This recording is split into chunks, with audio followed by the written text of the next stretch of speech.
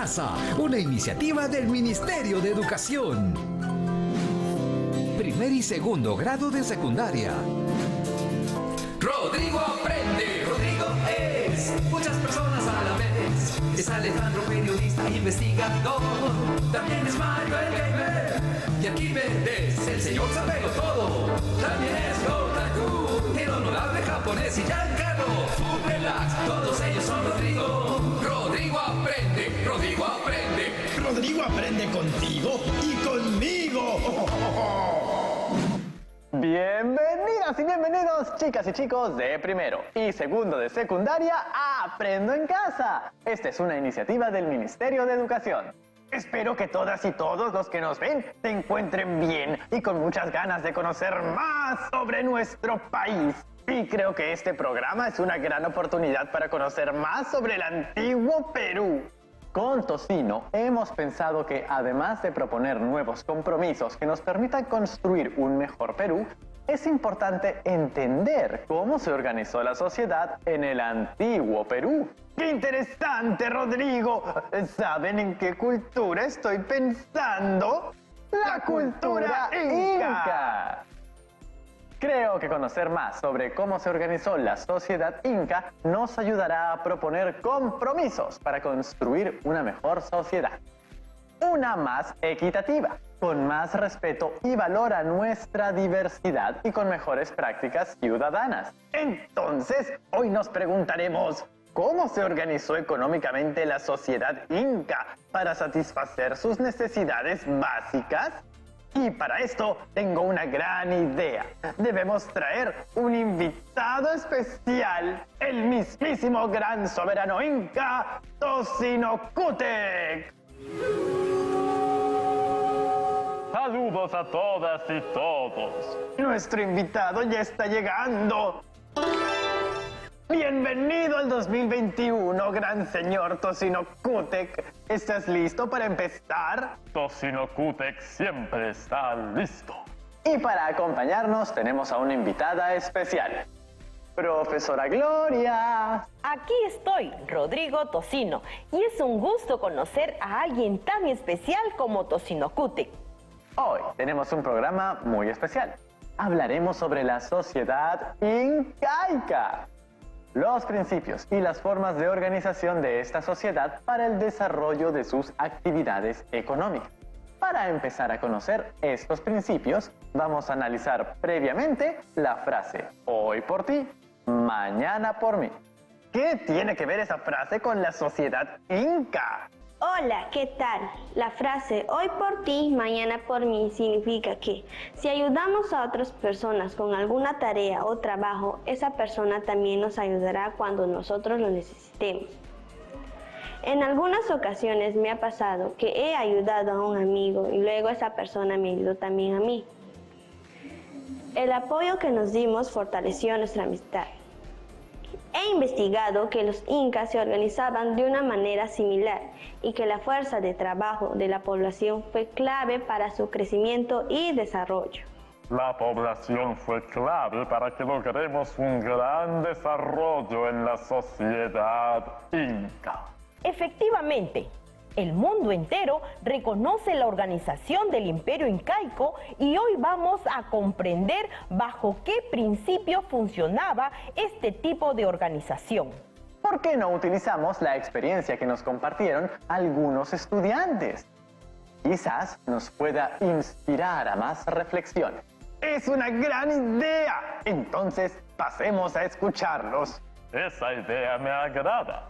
Quiero escuchar a todas y todos los estudiantes.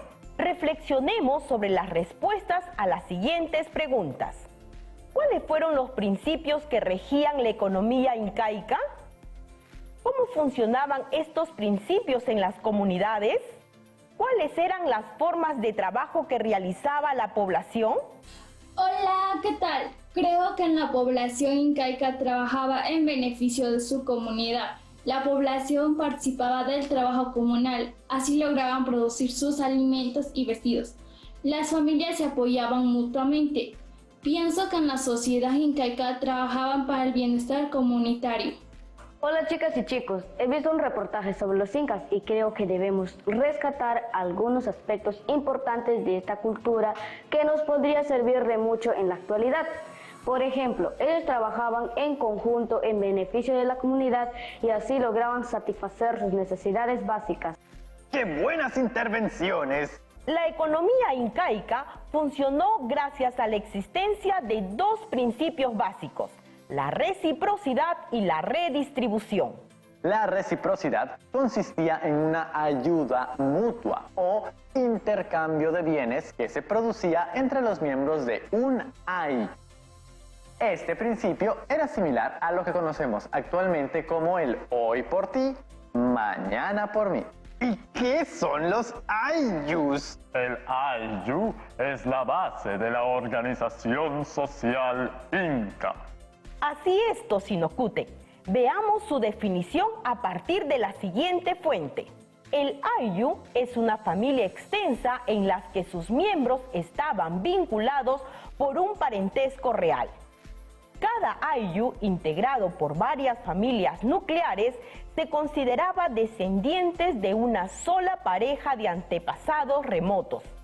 De ahí que por lo común guardaban en algún lugar sacralizado, ya sea en cuevas o huacas, a la momia de ese primer progenitor y fundador del grupo, al que llamaban Malki, rindiéndole culto, haciendo lo mismo con la de sus antepasados más cercanos. Reconocían la autoridad de guía y jefe en sus descendientes, a los que les daba el nombre de curaca, el mayor de todos, ocupando por tal hecho un rango superior dentro del ayllu. Entonces, según la fuente que leímos, el ayllu estaba conformado por varias familias que tenían un antepasado común y eran dirigidos por un curaca. Así es. Estas familias extensas que conformaban los ayllus, además de estar unidas por lazos de parentesco, estaban vinculadas por lazos de reciprocidad. Esto quiere decir que los miembros del ayllu, al ser parientes, se prestaban ayuda entre ellos para realizar diversas tareas o trabajos. Por ejemplo, para la construcción de sus casas. Entonces, las familias que integraban los ayllus se apoyaban mutuamente en diversos trabajos. Exactamente, a eso se le denomina reciprocidad.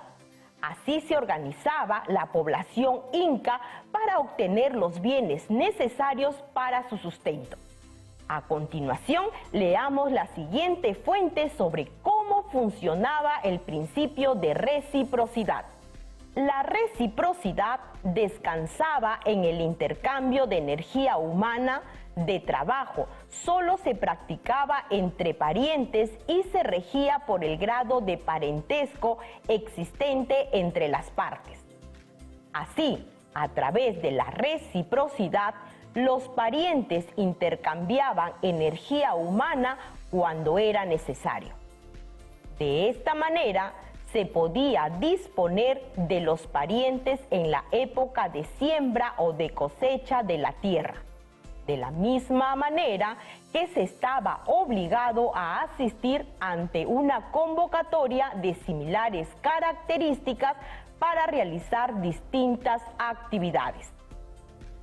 Sin embargo, es necesario resaltar que la reciprocidad no se realizaba entre individuos, sino que al pertenecer a un grupo de parentesco, o sea, ayllu, el individuo adquiría derechos y obligaciones dentro del mismo. Así podía tanto disponer de la ayuda de sus parientes como ser convocado por estos a través de esta práctica habitual. Qué interesante la forma en que se organizaron los incas. Según la fuente analizada, todo funcionaba con la puesta en práctica del principio de reciprocidad y no era necesario pagar por los servicios que se prestaban. En la economía inca no existió el dinero. Fueron suficientes para el buen funcionamiento de la economía los lazos de parentesco y reciprocidad. Asimismo, la riqueza no consistía en la acumulación de bienes o propiedades, sino que la riqueza estaba basada en el parentesco. Creo que es momento de comprender la reciprocidad del Ayllu. Pero antes de continuar, tenemos que hacer una breve pausa. Pero no se preocupen, que ya volveremos con más en Aprendo en Casa. No se vayan porque ya regresamos.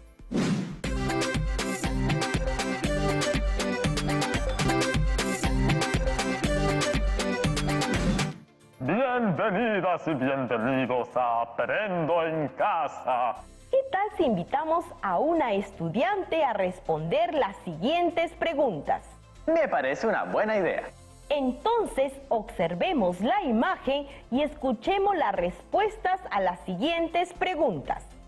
¿Qué están haciendo las personas? ¿Cómo crees que se realizaba la ayuda mutua?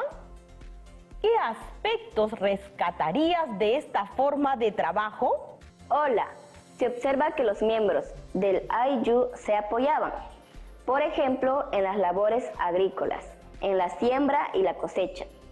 Las familias beneficiarias de la fuerza de trabajo hacían lo mismo cuando eran requeridos por quienes los habían ayudado. Según lo que he investigado, además, durante los días de trabajo, quienes recibían ayuda brindaban alimentación, bebida y algunos regalos. Entonces, tener parientes era muy importante, porque así las familias podían recibir ayuda para desarrollar las actividades necesarias para su sustento. Efectivamente, por eso eran muy importantes las relaciones de parentesco en la organización Inca. Como se observa, las familias prestaban ayuda con fuerza de trabajo a quienes lo necesitaban.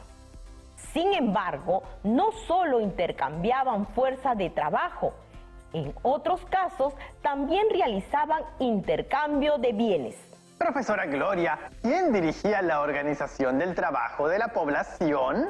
El curaca. Como dice Tosinocútec, los Ayllus estaban dirigidos por un curaca. Recordemos que ellos tenían la autoridad de guía y jefe. Quisiera saber más de este personaje. Para comprender aún más sus funciones, leamos la siguiente fuente histórica. Los curacas eran los señores étnicos andinos. Las crónicas los llamaron generalmente caciques. Eran los encargados de administrar la vida colectiva y entre sus funciones más importantes se contaba la regulación de los intercambios de energía humana. Era un mediador en las relaciones con los diversos niveles de poder y fundamentalmente en las relaciones internas del grupo, entre ellas básicamente las de reciprocidad. En ese sentido, los curacas dirigían los intercambios de la fuerza de trabajo del Ayllu, es decir, la ayuda mutua entre sus miembros. Asimismo, dirigían el trabajo comunal. Entonces, también los miembros del Ayllu realizaban trabajos a favor de la comunidad. Claro, los miembros del Ayllu se organizaban de tal manera que realizaban un conjunto de labores comunales. ¿Y qué trabajos hacían? La construcción de puentes, depósitos, templos, canales de riego y otros trabajos. ¿Y qué pasaba con los miembros de los Ayllus que no prestaban su fuerza de trabajo para las labores comunales? Según algunas fuentes, era considerado una falta muy grave no acudir a la convocatoria de los curacas para realizar estos trabajos comunales y en casos de reincidencia incluso podría ocasionar que los curacas expulsaran del Ayllu a quienes no se presentaban. Asimismo, los curacas eran los intermediarios entre la población y el Inca. Yo vi en un documental que el Inca se casaba con las hijas o hermanas de los curacas. Según algunas fuentes, los curacas también se casaban con las hijas o hermanas del Inca. Así se establecían lazos de parentesco y reciprocidad entre ellos.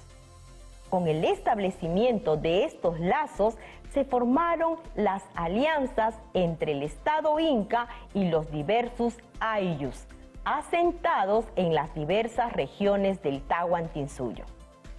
De esta manera, el Estado Inca lograba reunir fuerzas de trabajo para las diversas labores agrícolas, ganaderas o militares, entre otras actividades. Ahora, la reciprocidad puede ser concebida simétrica o asimétricamente. ¿Cómo es eso? Veamos con atención. Reciprocidad simétrica. Se refiere al intercambio de energía humana o bienes entre los miembros del ayllu con igualdad entre las prestaciones, es decir, el trabajo que se realizaba o los bienes que intercambiaban eran similares. Reciprocidad asimétrica. En este caso, es el intercambio de energía humana o de bienes. No necesariamente van a ser similares o tener el mismo valor.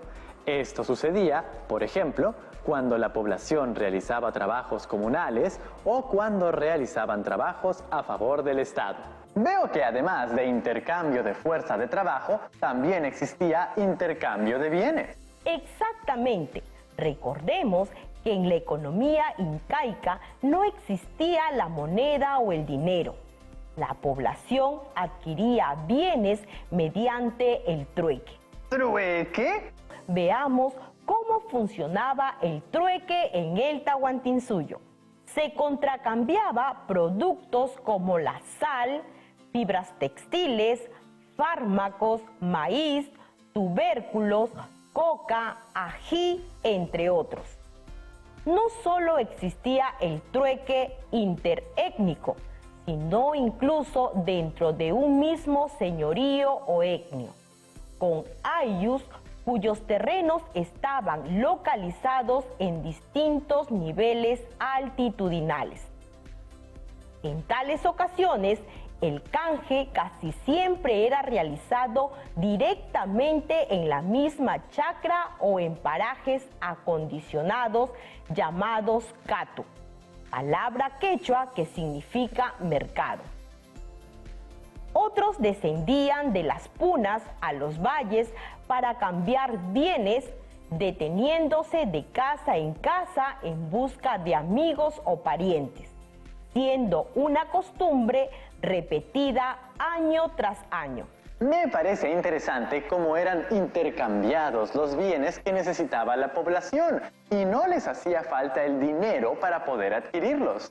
Ahora es momento de ver otro principio clave para el funcionamiento de la economía incaica: la redistribución. Este es un principio complementario de la reciprocidad. Según algunas fuentes, en el Estado Inca la población tributaba en productos, bienes o servicios. Los curacas y el Inca administraban estos bienes y luego lo distribuían entre la población.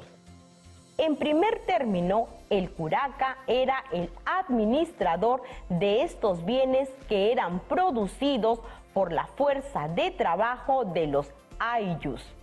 Entregaban estos bienes al Estado Inca y los excedentes se distribuían entre la población. Además, se mantenía reservas de bienes para las épocas de sequías, heladas u otras catástrofes. Este mismo mecanismo de redistribución era utilizado por el Estado Inca.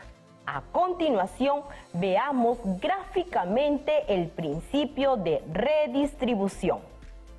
Según algunas fuentes, los bienes que eran aportados por la población inca eran almacenados en las colcas, que eran los depósitos incas.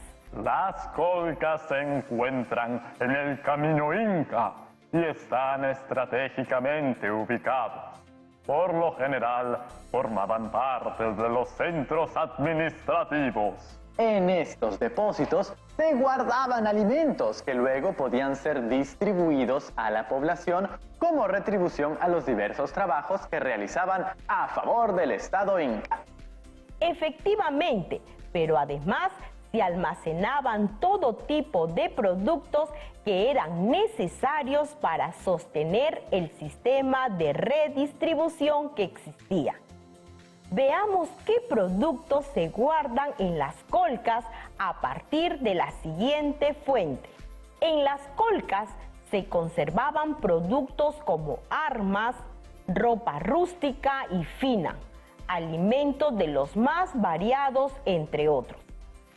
Sabemos a través de documentos de archivo que las hojas de coca se conservaban en canastas de un determinado tamaño.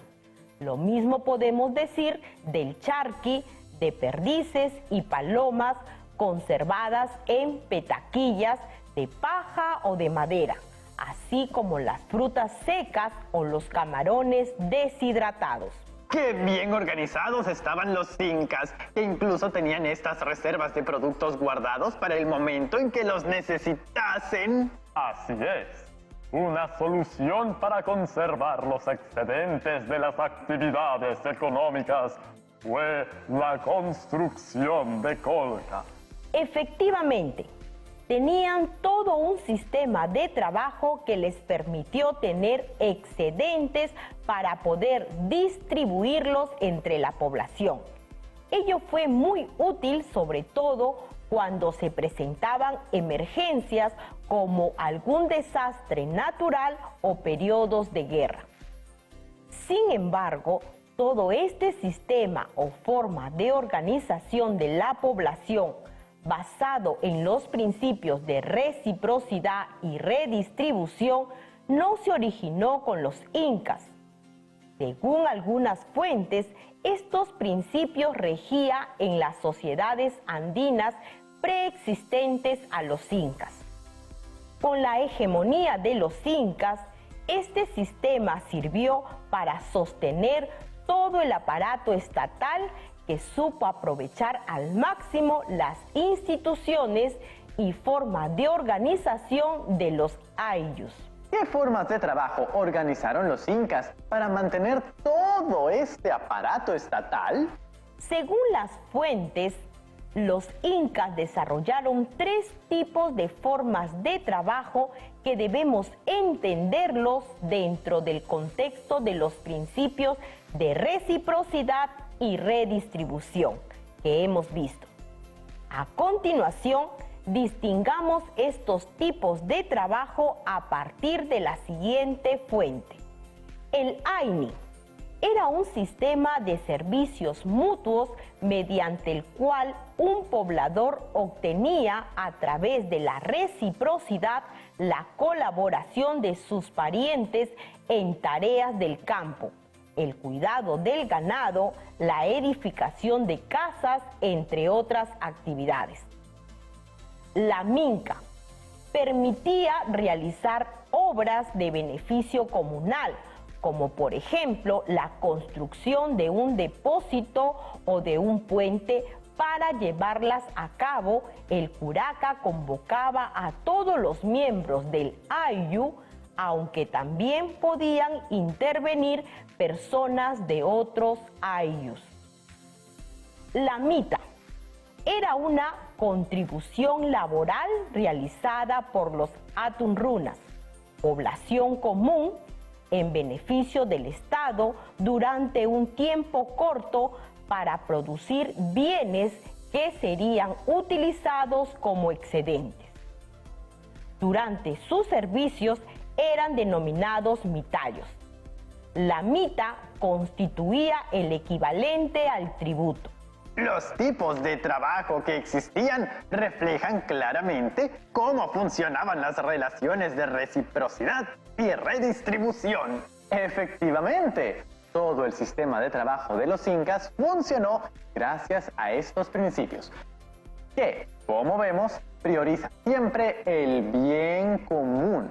Este es un aspecto de la organización inca que debemos rescatar en la actualidad, con miras a lograr el bienestar de toda la población. Gracias por acompañarnos, Tocino Cútec. Ha sido un placer conocerte.